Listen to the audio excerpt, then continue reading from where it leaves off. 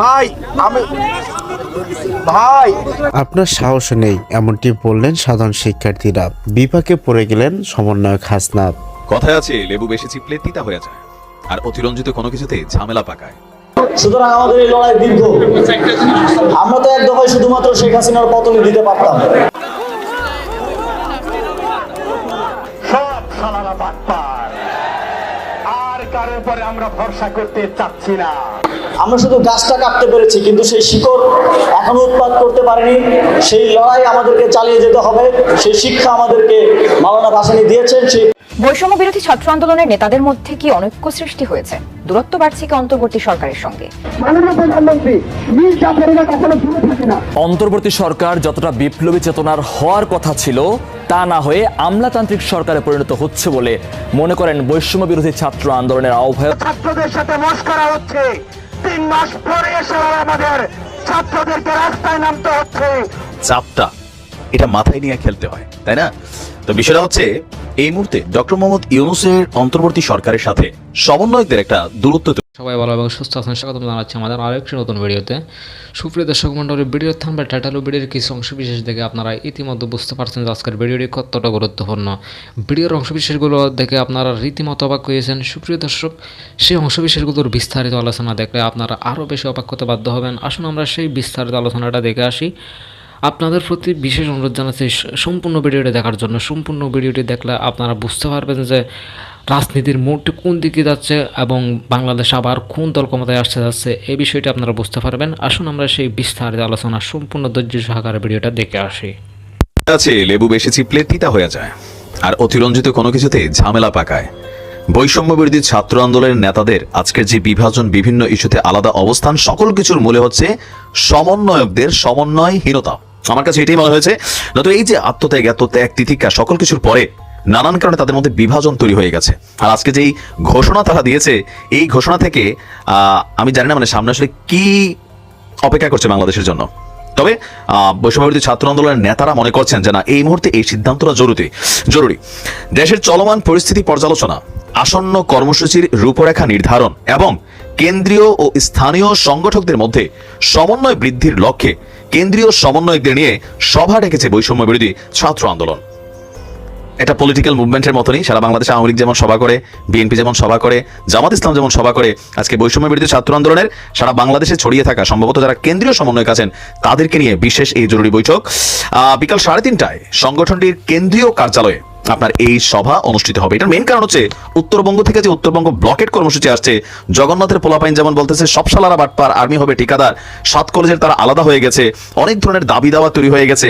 সকল কিছু মিলিয়ে তারা এখন যে অবস্থানে আছে, এই অবস্থানটা তাদের জন্য, বিশেষ করে যারা মূল সমন্বয়ক আছেন, আমি আবারও বলি, এই বৈষম্য বিরোধী ছাত্র আন্দোলনের ঐক্য, এটা সার্জিস এবং হাসনাত সাবেক মানে তারা একটা রাজনৈতিকভাবে তাদের একটা পরিচয় কিন্তু আছে, বা আরো 2-4-5 জন রাজনৈতিক দলগুলোর ছাড় দেয়। আপনি দেখেন বিএনপি একটা নমনীয় পর্যায়ে আছে আওয়ামী লীগের জন্য, জামাত একটু ডিফারেন্ট অবস্থানে থাকলেও জাতীয় পার্টির জন্য আবার বিএনপি একটা নমনীয় পর্যায়ে আছে। তারা কিন্তু সব ঠিকঠাক আছে কম বেশি, ঠিক আছে। ক্ষমতাকে কেন্দ্র করে কেউই ক্ষমতা ছাড়তে চায় নাই। তো এখন যদি কখনো কোনো রকম মিসকমিউনিকেশনের কারণে এই পোলাপাইনগুলোর মধ্যে বিভাজন ঘটে, ও যে হাসান নাকি জানি মাসুদ বলছিল যে ভাই আমাদেরকে এমন ভাবে ধরবে 40 বছর হোক 45 বছর হোক, এরপরে কিন্তু আমাদের বিচার করবে এই সরকার।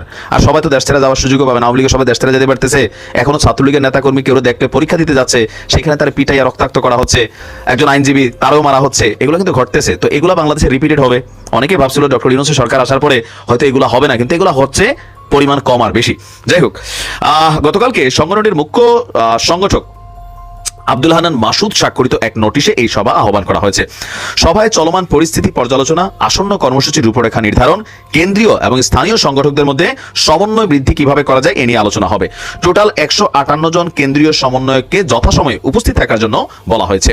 ইভেন চলমান পরিস্থিতির বিষয়ে প্রাসঙ্গিক প্রস্তাব বা মতামত সঙ্গে আনা এবং নির্ধারিত সময়ে উপস্থিত থাকার জন্য বলা হয়েছে যে ন্যায়ের পক্ষে, বৈষম্যের বিরুদ্ধে, শিক্ষার্থীদের স্বার্থ রক্ষায় দৃঢ় প্রতিজ্ঞ আমরা। আপনাদের উপস্থিতি, অংশগ্রহণ, এখানে কল্যাণ কামনা বয়ান। উত্তরবঙ্গ 4টা বিভাগ আলাদা হয়ে গেছে এই মুহূর্তে, সবাই কিন্তু একটাই অবস্থান নিয়ে নিছে। তো এটাতে কার কি হচ্ছে? মেইনলি বৈষম্য বিরোধী ছাত্র আন্দোলন বিভাজিত হচ্ছে। জগন্নাথ বিশ্ববিদ্যালয় থেকে যে আওয়াজ উঠছে তারা বিভাজিত হচ্ছে। বিএনপির সাথে নানান ইস্যুতে বিভাজিত হয়ে গেছে। জামাত ইসলাম একমাত্র দল যারা এই মুহূর্তে সমন্বয়কদের উপরে একটা পজিটিভ সাপোর্ট দিয়ে যাচ্ছে, কারণ কেউ কেউ বলছেন জামাতেরই বি টিম হচ্ছে এই সমন্বয়করা, এই আন্দোলনকে গতিবেগ করার জন্য পেছন থেকে ছাত্র শিবিরা অনেকেই নানান ভূমিকা রেখেছেন। তো এখন এখানে যে বিষয়টা আলোচনা হতে পারে, গতকালকে যখন এরা একটা স্ট্যাটাস দিয়েছে যে যুদ্ধ শেষ হয় নাই, এখনো চলমান, ফেসবুক প্রোফাইল লাল করা হচ্ছে, অনেক সমন্বয়করা বলতেছেন সরকারকে গদি থেকে টাইনা হেসরাইয়া নামানো হবে। এখন কি আবারও কোনো আন্দোলনের রূপরেখা আসতে যাচ্ছে, আবারও কোনো যুদ্ধ? যেহেতু হাসানরা লিখছে যে যুদ্ধ শেষ হয় নাই, কি সাইদ কি মুগ্ধ চলমান, শেষ হয় নাই যুদ্ধ, এরকম দিছে। তো আবার কোন যুদ্ধের পটভূমি রূপরেখা আনতে যাচ্ছে? মানুষ কি এগুলো এখন আর নিবে? এখন কি আসলেই সাধারণ ছাত্র জনতা তাদের সাথে কানেক্টেড আছে? আমরা তো স্পষ্ট দেখতে পাচ্ছি বিভাজন, ক্ষমতাকে কেন্দ্র করে, নানান কিছুকে কেন্দ্র করে। তবে তোমরা যাই করো, একটা জিনিস খেয়াল রাখবা, পাবলিক সিম্পেথি যেটা পাইছো এটা কিন্তু আস্তে আস্তে কমে গেছে। যেমন বন্যার ত্রাণ কালেকশনের জন্য প্রথমবার মানুষ যেমনি দিয়েছে, উত্তরবঙ্গের জন্য তোমাদেরকে ফান্ডই কালেকশন করার সাহস পাও নাই। এখন বিভাজন, ক্ষমতা, পুঁজি, প্রভাব, কর্তৃত্ব, তো এগুলোতে এমন কিছু করা যাবে না যেন মানুষের কাছে আরো আস্তে আস্তে দাম কমে যায়।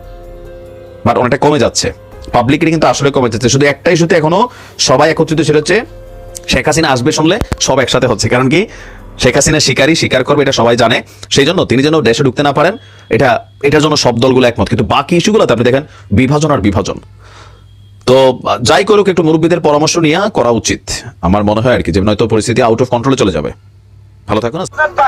আমরা যে চারজন উপদেষ্টাকে চাইছি, হাসনাত ভাই এখানে থাইকা 10টার মধ্যে উপদেষ্টাকে এখানে আইনা আমাদের সব সমস্যা সমাধান করে তারপর উপদেষ্টাদের মধ্যে আমি মেনশন করে দিচ্ছি, আসিফ ভাই, নাহিদ ভাই, নূরজাহান ম্যাম, মিনিমাম 3জন, এই 3জনকে আসতে হবে বাধ্যতামূলক।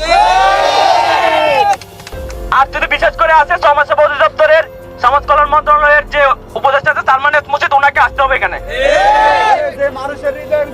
এই 4জনকে এখানে আসতে হবে। রাস্তার আন্দোলন রাস্তায় থাকবে ততদিন পর্যন্ত আমাদের মনের আকাঙ্ক্ষা না পূরণ হবে। এত বুলেট এখনো হসপিটালে পড়ে ভাই মরতেছে, এখনো আমার ভাইয়ের হাত কেটে ফেলবে। কালকে রাত 3টা পর্যন্ত হৃদরোগে পড়ে আসছিলাম।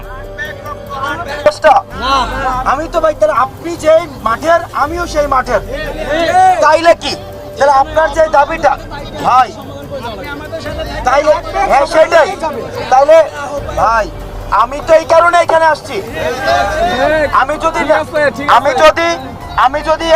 আমি যদি অনেক বড় মানুষ হইতাম, উপদেষ্টা হইতাম, এই সেই, আমার 3 মাস পরে আমার ভাই এখন রাস্তায় আছে, এটাই আমার জন্য সবচেয়ে লজ্জার।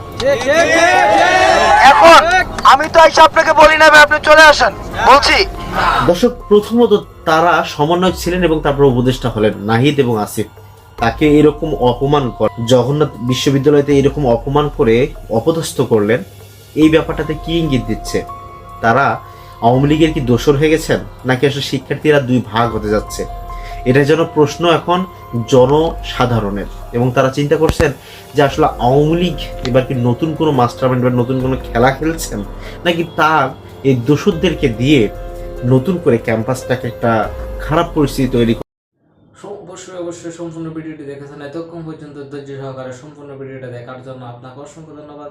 সুপ্রিয় দর্শক মণ্ডলী, আপনি আপনার ব্যক্তিগত মন্তব্যটি করবেন এবং আমাদের চ্যানেলে নতুন হয়ে থাকলে চ্যানেলটা সাবস্ক্রাইব করুন এরকম নতুন ব্রেকিং নিউজ পেতে। দেখা হচ্ছে পরবর্তী ভিডিওতে। সুস্থ থাকুন, ভালো থাকুন, আসসালাম।